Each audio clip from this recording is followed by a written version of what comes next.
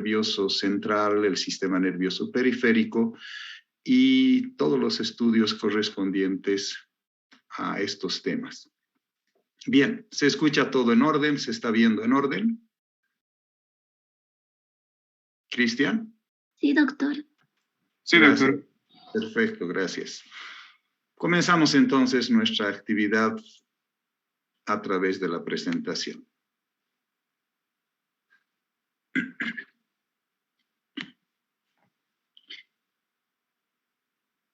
En la farmacología de los opioides, obviamente el nombre nace del opio. El opio es la sustancia de la cual se extrae la morfina y esta se obtiene de la amapola. La amapola es una planta, como ustedes pueden ver en este lugar, a la cual se le hace una pequeña incisión. Esta es una planta que ya tiene sus flores. Una vez que los pétalos han caído, se le hace una incisión y se extrae el lechoso líquido de parte de ella y se convierte esto en una sustancia gomosa, igual que la goma, de color marrón, y esta planta se la conoce como la papaverina. Y esta característica nos hace que nosotros podamos ver que todo el proceso comienza con la floración. La planta florece alrededor de 90 a 100 días después de plantarla. Entre los 75 a 80 días después de germinar ya empieza a florecer. 3 días después los pétalos se caen y en alrededor de 10 a 14 días luego se empieza ya la cosecha. Y como expresamos, la cosecha es hacerle una incisión poco profunda a nivel de la porción de ya lo que se podría llamar el fruto de la amapola o su semilla en la realidad, y de allá se extrae el opio. Los cortes se hacen en general en la mañana y luego por la noche se recoge la sustancia gomosa fresca. ¿Qué características tienen estas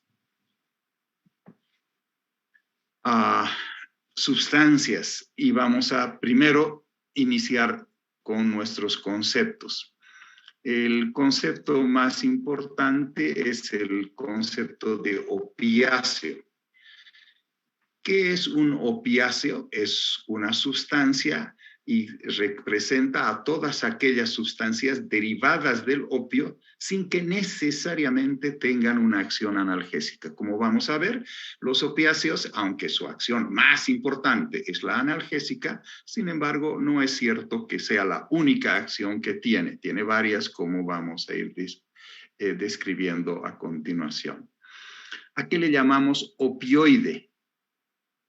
Opioide es todo compuesto que, siendo derivado o no del opio, tiene acción sobre los receptores opioides y produce analgesia. O sea, cuando hablamos de un opioide, estamos hablando de sustancias que producen analgesia y que obviamente esta analgesia está producida por ocupar los receptores de los opioides. Como la morfina también es una sustancia derivada del opio y es la sustancia más conocida como el analgésico más potente, de hecho, en su potencia, cuando se inicia, fue ella la droga patrón para demostrar la potencia que tiene un fármaco y por eso cuando hablamos de la morfina tiene patrón 1 de analgesia. Hoy hay sustancias, por ejemplo el fentanil, que tienen una acción analgésica potentísima, 1000 veces más potente que la morfina. ¿A qué se lo conoce como morfínico? Es un término que lamentablemente es ambiguo y que engloba aquellos productos que presentan similitud con la morfina. Un morfínico es aquel que se parece en sus acciones farmacológicas a la morfina.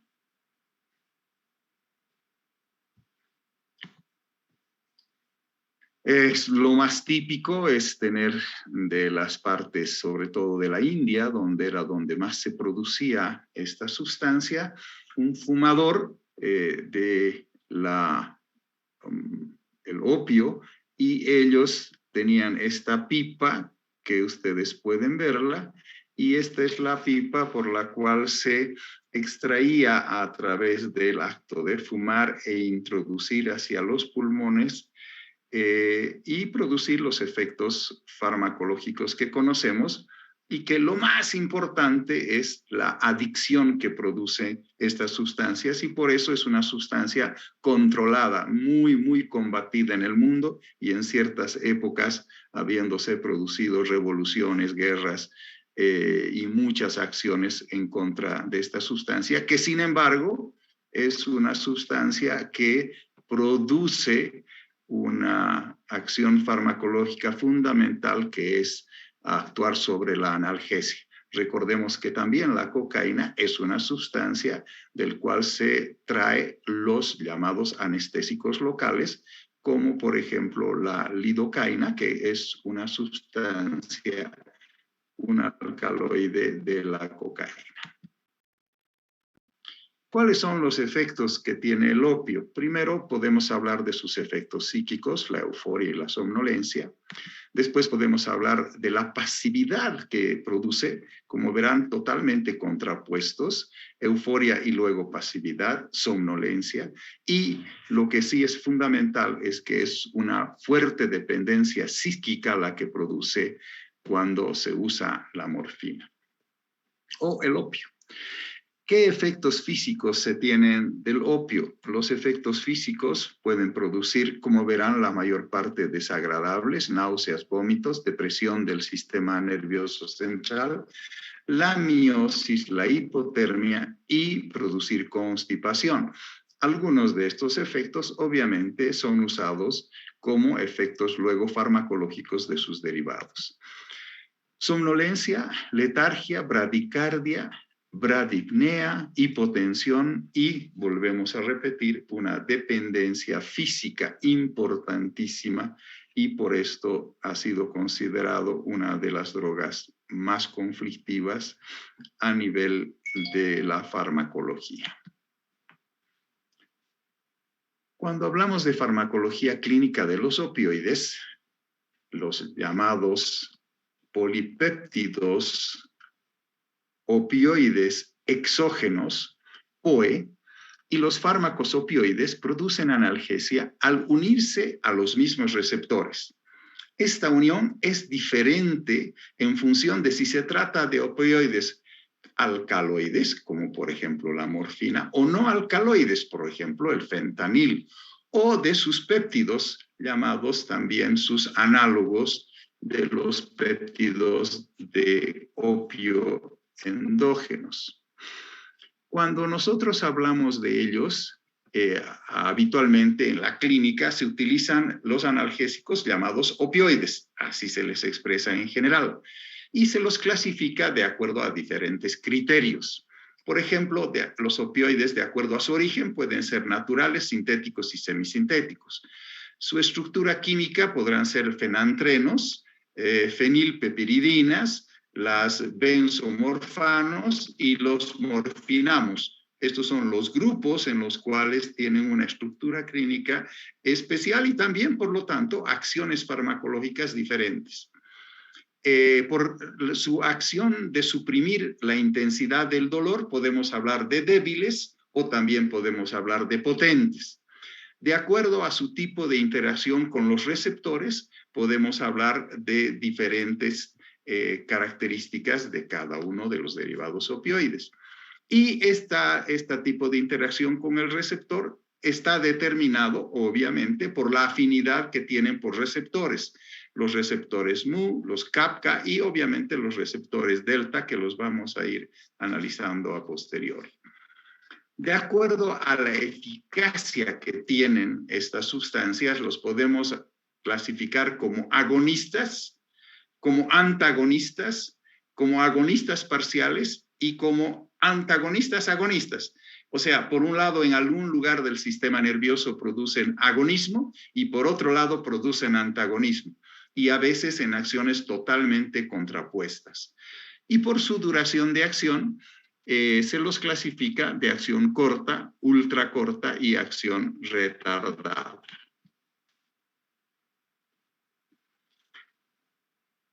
Cuando hablamos de los opioides, hablamos del sistema endógeno y el sistema exógeno. Cuando hablamos del endógeno, quiere decir de producción de estas sustancias dentro de nuestro organismo, tenemos a la encefalina, a la endorfina, a la dinorfina y a otros, muy grande la lista para ser estudiada. Y también hablamos de los exógenos, o sea, los que vienen de afuera. Por ejemplo, el opio que viene de la amapola. A estos les llamamos naturales. Se los puede también fabricar en función de, por ejemplo, la morfina, en función del mismo opio como sustancia base, y se los llama semisintéticos. Y otros que son totalmente sintéticos, quiere decir que se los fabrica y se los produce en forma tecnológicamente establecida. En los grupos exógenos tenemos el grupo de los fenantrenos, tenemos la analgesia, sobre todo la acción espasmódica que producen aumento importante de la fuerza de contracción de alguna musculatura y producen adicción. En cambio, las benzil-isoquinolinas no son analgésicos. Al revés, en vez de ser analgésicos, producen disminución, aunque no son analgésicos, disminución del espasmo y por lo tanto les llamamos espasmolíticos. Y no son adictivos. Muchas sustancias derivados, obviamente, del opio o fabricados también en función de los receptores del opio, no van a producir adicción. Como verán, nace toda esta estructura de la morfina para el tratamiento de los pacientes cuando se realizaban las cirugías. Imagínense lo que es cortar un abdomen, lo que es desmembrar a algún miembro de nuestro cuerpo, y para lo cual se necesitaba, además de lo que se usaba en las épocas antiguas, el alcohol, empieza el uso de estas otras nuevas sustancias, sobre todo en el ámbito de la cirugía. Cuando hablamos de los opioides exógenos, estamos hablando de los fenantrenos, y dentro de los fenantrenos tenemos la morfina, la codeína y la tebaína. Y dentro de las benzil-isoquinolinas tenemos la papaverina, la noscapina y la narceína. Son sustancias que representan a cada uno de estos grupos. Cuando hablamos de los derivados de la tebaína, hablamos de la oximorfona, de la oxicodona, de la buprenorfina y de la naloxona. Veremos que ellos tienen que ver la naloxona con un antagonista muy importante para revertir el efecto que producen los opioides. También de la morfina se sacan sus derivados. El primer derivado y el más importante para la drogadicción fue la heroína, luego la apomorfina, la hidromorfona, la oximorfona, la hidroxicodona, la oxicodona, la naloxona, la codeína, la nalorfina, la etilmorfina y la nalbufina. Estas son sustancias que derivan de cada una de las previas que habíamos expresado. Dentro de los opioides sintéticos tenemos los derivados llamados morfinamo, el levorfanol, el levalorfán, el butorfanol, la metorfán y el dextrometorfán como uno de los más conocidos. Por su lado, derivados de la metadona, tenemos la propia metadona, el propoxifeno y el dextropropoxifeno. Son sustancias muy conocidas en el manejo médico de la analgesia. También derivados benzomorfinamos como la fenazocina y la pentazocina, sustancia muy conocida también en el ámbito de la analgesia. Los derivados de la difenilpiperidina, la meperidina, el fentanilo, muy utilizados, la alfentanilo, el sufentanilo, el remifentanilo, la loperamida, sustancia utilizada fuera de la analgesia, y el difenloxinato también, que son utilizados fuera de la acción analgésica. ¿Cuáles son las acciones que consideramos acciones especiales?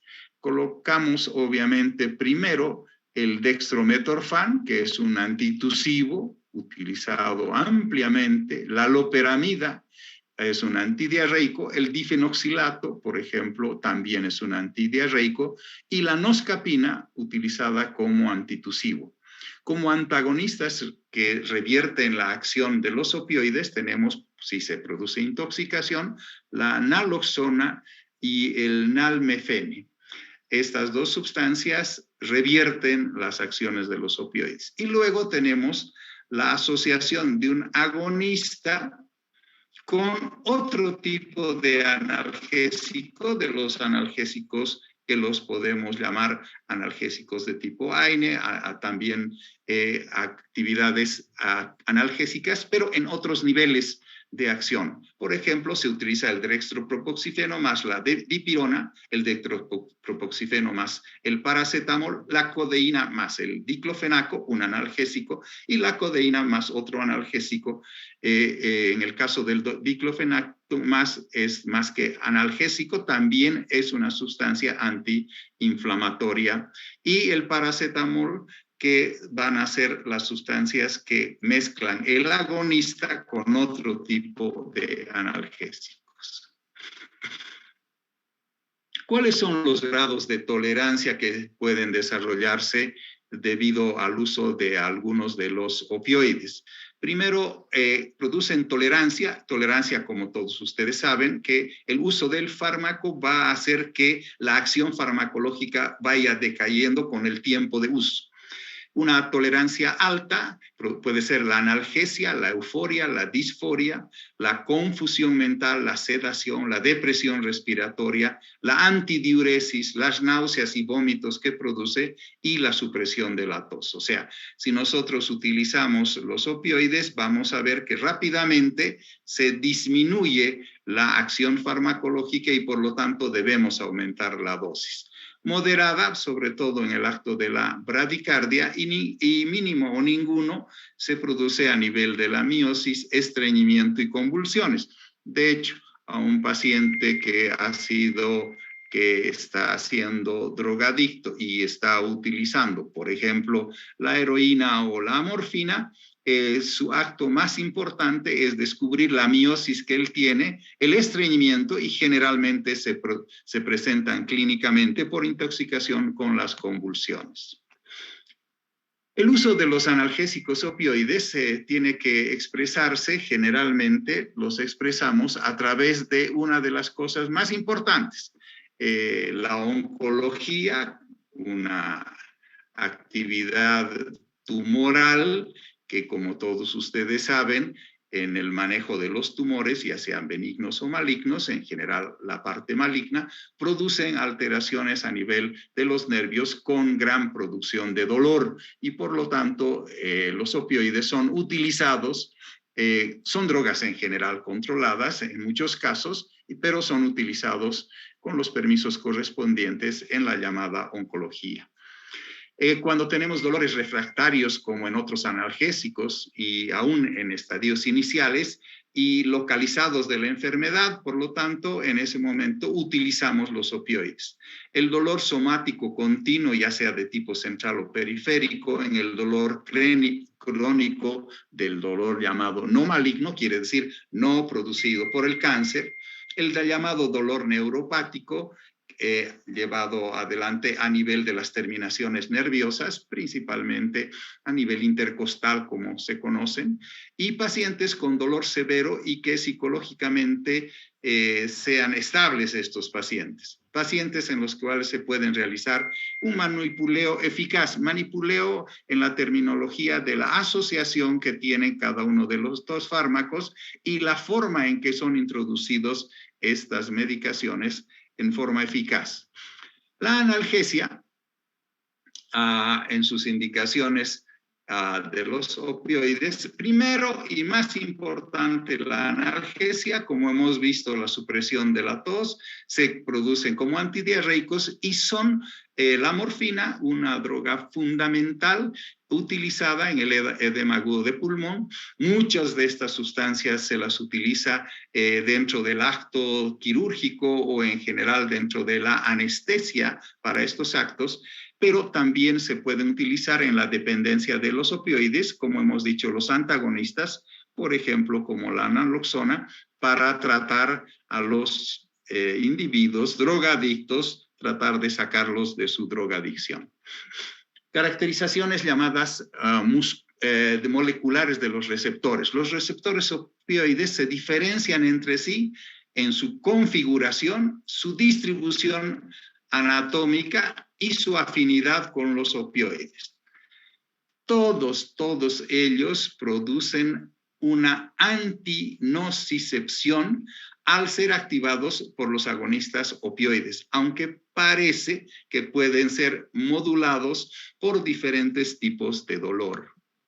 Cuando hablamos de los receptores opioides múltiples, vemos que se ha estudiado en Snyder desde 1984 y desde antes, romanos de las épocas de la antigüedad, ya se conocían obviamente estas acciones, pero no se conocían las características de receptores. Entonces los receptores mu, los kappa, los delta, los sigma y los epsilon son los receptores que han sido estudiados para ver cuáles son a la ocupación de esos receptores las acciones farmacológicas. Por su parte, además, estudiados los receptores mu, aparecen receptores mu1 y receptores mu2, los delta aparecen delta 1 y delta 2, y los kappa, que son los 1, 2 y 3, todos ellos receptores de los opioides. La afinidad de un opioide hacia el receptor, en su mayoría receptores de los opioides, actúan a través de la proteína G de la membrana, parte fundamental. Actúan a través de la proteína G de la membrana celular, obviamente, inhibiendo la llamada adenilato ciclasa. Esto produce una disminución importante de los niveles intracelulares de los mensajeros, por ejemplo, los segundos mensajeros del AMP cíclico, que alteran la fosforilación de las proteínas intracelulares y como consecuencia lo que se produce es una respuesta de los celulares a corto plazo. Esto modifica rápidamente la permeabilidad de los canales iónicos de membrana, sobre todo del potasio y el calcio, y disminuye la excitabilidad de la neurona. A nivel del núcleo se producen también cambios importantes en la expresión del gen, ya sea produciendo un aumento de su expresión o disminuyendo su expresión. Todas estas modificaciones en la expresión de los genes pueden contribuir a explicar, lamentablemente, el fenómeno de la tolerancia y la dependencia y que ocurre tanto en los opioides como en el abuso de muchas otras sustancias que existen en la drogadicción. Tema que vamos a ver también en el futuro. ¿Cuál es su mecanismo de acción? Primero, el mecanismo de acción se une a los receptores. Los opioides proporcionan analgesia al unirse a los receptores, tanto dentro como fuera del sistema nervioso central. La activación de los receptores inhibe la liberación de los neurotransmisores, que son los excitadores y que producen la analgesia, y alteran la reactividad que tiene el individuo al dolor. Como hemos expresado, este no es el único esta no es la única acción farmacológica que se tiene. Podemos ver a nivel de los intestinos como antidiarreico, la tos y así sucesivamente. Podemos también tener sobre los péptidos opioides. Quiere decir, los receptores opioides son activados por los péptidos endógenos, por ejemplo, la leuencefalina o la metencefalina, y estos péptidos modulan la transmisión que se produce principalmente a nivel del cerebro y de la médula espinal. Y por último, los segundos mensajeros. Los segundos mensajeros inhiben la actividad sináptica liberando sustancias como son el opiopeptinas endógenas, son sustancias nuestras, y que por lo tanto su acción es inhibir a las neuronas. Los receptores opioides se unen a sus efectores a través de la proteína G y activa una fosfolipasa, la fosfolipasa C, e inhiben la adenilciclasa. La activación de los receptores, ¿qué hace? Abre los canales de potasio y producen hiperpolarización y cierra los canales de calcio, inhibiendo la liberación de los neurotransmisores. Estas son las acciones de la ocupación de los receptores por los opioides. Si nosotros vemos esto en un gráfico, estamos viendo la entrada del calcio, la salida del potasio y cómo se produce la liberación disminuida del calcio y la entrada bloqueada que se hace del calcio, produciendo también alteraciones del AMP cíclico dentro de nuestra célula. ¿Qué características tienen cuando hacemos este cuadro del receptor mu, delta, kappa, sigma y epsilon o epsilon? Los agonistas del mu pueden ser la morfina y las fenilpiperidinas, del delta las encefalinas, el butarfonol del kappa, la pentasocina trabaja con el sigma y el epsilon con las beta-endorfinas.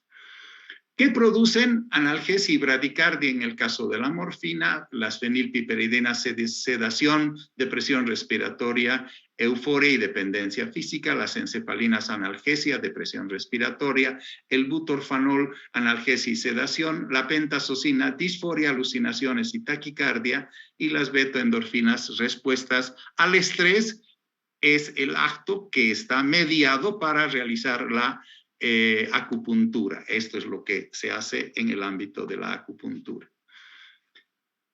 El cuadro donde podemos ver los efectos de la estimulación de los receptores opiáceos, los mu, analgesia, sedación, náuseas, vómitos, constipación, retención urinaria, miosis, bradicardia, aumento de la temperatura y tolerancia, sobre los mu1. Sobre los mu2, sedación, depresión respiratoria y dependencia. Sobre los kappa, analgesia débil, sedación, depresión respiratoria débil, miosis, tolerancia débil, sin tolerancia cruzada con los receptores mu. Y por último, los delta producen depresión respiratoria, analgesia débil, náuseas y vómitos, prurito, tolerancia y también tolerancia cruzada. En este caso sí existe tolerancia cruzada de los delta con los mu. Este cuadrito expresa exactamente lo mismo que hemos dicho en el cuadro anterior y ejemplificado en cada uno de los lugares donde actúa y cada uno de los efectos en cada uno de los receptores. ¿Qué acciones opioides y receptores están implicados? Están implicados la inhibición del dolor, la depresión respiratoria, la farmacodependencia, la euforia, sedación, la disforia, la psicomimesis, la miosis, la rigidez muscular, dependencia física, tolerancia, la motilidad gastrointestinal y la motilidad vesical. Están en la parte central todos los receptores que actúan sobre estas acciones y dónde están localizados esos receptores para producir, obviamente, sus acciones de tipo farmacológico. Estos son en las acciones tipo 1 implicados y luego la diuresis, inhibición y estimulación, bradicardia, hipotensión, liberación de prolactina, liberación de diferentes hormonas, como pueden ver a nivel de la neurohipófisis, los receptores en los cuales pueden trabajar y las acciones en su localización en la que se pueden tener estos receptores y por lo tanto su acción farmacológica. En un repaso simple, agonista es el fármaco que tiene afinidad y eficacia al unirse al receptor y lo estimula al máximo. Antagonista es el que tiene afinidad pero no eficacia y se une al receptor sin estimularlo. El agonista parcial es el fármaco que se une al receptor y lo estimula debajo de la actividad o acción máxima. Y el agonista antagonista es el fármaco que, de acuerdo a su localización en el receptor y su acción de antagonismo sobre diferentes receptores. O sea, tienen una acción dual como recordatorio de las acciones farmacológicas. La clasificación que se tiene con los opioides en base a la relación con los receptores, también se clasifican en agonistas puros, agonistas parciales, antagonistas agonistas, opioides llamados atípicos y los también antagonistas. Ya hemos expresado qué es lo que producen, cómo trabajan. Cuando hablamos de puros, desencadenan una respuesta máxima. Los parciales, una respuesta menor a la máxima. Agonistas, antagonistas tienen acciones contrapuestas simultáneamente. Los atípicos actúan sobre el sistema monoanérgico y los antagonistas son los que no producen ninguna respuesta y que bloquean, por lo tanto, la acción de un opioide. ¿Cuáles son estas sustancias? Agonistas puros, la morfina, la codeína, la hidromorfona, dihidromorfona, el levarfanol, la metadona, el propoxifeno, la meperidina, la alfa-prodina, el fentanil, el alfa-fentanil y el sufentanil y el tramadol como sustancias llamadas agonistas puros. Entre los agonistas parciales, la buprenorfina. Entre los agonistas antagonistas, la pentazocina, la nalorfina, el butorfanol y la nalbufina. Entre los antagonistas puros, la naloxona, la naltrexona y el nalmefene, como habíamos expresado anteriormente. Aquí tenemos la clasificación funcional. Aquí están todas las sustancias llamadas agonistas puros, los antagonistas agonistas y la antagonistas puros y los agonistas parciales que acabamos de expresarlo en el anterior cuadro también. Aquí están cada uno de ellos como índice. La capacidad que se tiene, estos de acción sobre los receptores, tienen esta afinidad y la actividad expresada tanto en los receptores mu como en los kappa, como habíamos dicho. Los agonistas puros, la morfina, el tramadol, la metadona y el fentanilo, tienen afinidad importante y una actividad importante. La buprenorfina tiene una gran afinidad como agonista parcial, pero su actividad es menor, como hemos dicho. La pentazocina también tiene una relativa afinidad y una actividad menor. Y la naloxona obviamente tiene gran afinidad, por eso desplaza al agonista y tiene cero de actividad y por eso es un antagonista puro. En el caso de los kappa, como vemos, tienen también afinidades menores y actividades claramente establecidas. Como hemos visto también, la pentazocina tiene acciones kappa y la naloxona tampoco actúa a nivel, no permite la acción a nivel de los antagonistas llamados antagonistas puros y su actividad es cero.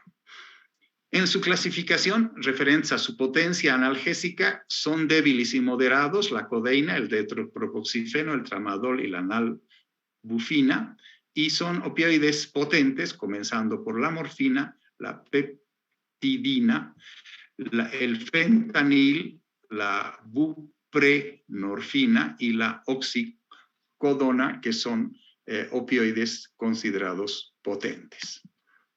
Terminando, vamos a expresar la potencia analgésica, donde como analgésico la codeína es el que menos potencia tiene, el tramadol, la pentazocina, la oxicodiona, la morfina ubicado al medio y por lo tanto por eso es droga patrón. Como hemos dicho, la metadona la buprenorfina y el fentanilo como uno de los más potentes. Por lo tanto, esta es la potencia analgésica que tienen los opioides, ya sean débiles o ya sean potentes.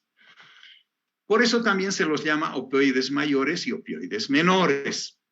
Cuando son agonistas puros de los receptores mu, como la morfina, meperidina, metadona, fentanil, sufentanil, alfentanil y remifentanilo, son llamados opioides mayores. También pueden haber los que tienen acción agonista-antagonista mixta, la pentazocina, la nalbufina y el butorfanol. Y los agonistas parciales, como hemos dicho, la buprenorfina. Llamados opioides menores, el tramadol, la codeína, la dihidrocodeína y el dextropropoxifeno, que son sustancias que se las clasifica como opioides menores. ¿Cuál es la vía de administración de los opioides? Puede ser vía oral, intramuscular, endovenosa. Cuando se produce endovenosa se la puede colocar en bolos o en infusión continua. También se la utilizan transdérmicos, sobre todo en parches, y la colocación en el caso de dolores muy intensos para una analgesia potente a nivel epidural. En su farmacocinética se absorben muy bien por vía subcutánea, vía intramuscular, mucosa nasal y oral, transdérmica, por ejemplo, el fentanil y la buprenorfina.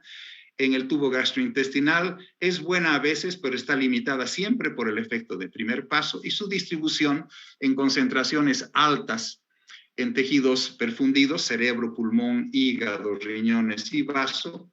En el músculo y tejido adiposo tiene un efecto de reservorio, por lo tanto de liberación lenta, y la barrera hematoencefálica limita el acceso hacia el cerebro, sobre todo la morfina, con excepción de los neonatos, produciendo una terrible depresión respiratoria cuando lo utilizamos en el momento del parto. Su metabolismo se convierte en metabolitos polares y se excretan por riñón, se glucuronizan, por ejemplo, la morfina y el orbarfanol, se hidrolizan por esterasas, por ejemplo, la heroína, existe una N-desmetilización o desmetilización, por ejemplo, la codeína, se acumulan metabolitos desmetilizados y producen, por ejemplo, daño renal, como la meperidina, y su metabolismo oxidativo hepático es importante, por ejemplo, el fentanil, y por eso su tiempo de vida muy pequeño. Su excreción se excretan como metabolismos polares y se excretan por vía urinaria y tienen muy poca excreción entérica, no se eliminan por la vía entérica. Su farmacocinética, existe este cuadro donde está colocada su vía, su biodisponibilidad, sus tiempos máximos, su semivida de eliminación, su excreción renal, su duración de acción en tiempos, horas, dependiendo del lugar de la colocación, y su comparación a la potencia. Hemos dicho que la morfina se la considera de potencia 1, y así colocados cada uno de ellos y sus características correspondientes. Bien, simplemente vamos a terminar esta parte de la temática hablando y leyendo lo que dijo Mikhail Bulganov en su libro llamado La morfina. Dice, el primer minuto es una sensación de que algo roza el cuello y ese roce se vuelve cálido y se extiende. El segundo minuto es una onda fría que atraviesa repentinamente la cavidad estomacal e inmediatamente después comienza una extraordinaria lucidez en las ideas y se produce un estallido de la capacidad de trabajo. Es el punto más alto de la expresión de la fuerza espiritual del hombre. Si yo no estuviera maleado por mi formación de médico, afirmaría que normalmente el ser humano solo puede trabajar después de una inyección de morfina. Vamos a ver también el capítulo de la parte de drogadicción y después de eso analizaremos algunas de estas sustancias y cada una de estas sustancias serán las que nos permitan a nosotros ver mejor este tema. Bien, si existiera alguna pregunta, estamos, como siempre hemos dicho, en el tiempo para que ustedes puedan realizar sus otras actividades académicas. El día de mañana comenzamos la clase a las 6:45 y la terminamos a las 8 de la mañana, llevando adelante todo el tema correspondiente a los opioides y quizás el tema más importante, que es aquellos opioides o derivados de opioides llamados especiales o esenciales o de gran utilidad farmacológica. Bien, somos todo oídos a las preguntas, si es que existen, o si no, también respondemos mañana a ellas. Muy bien, muy buenos días, muchas gracias.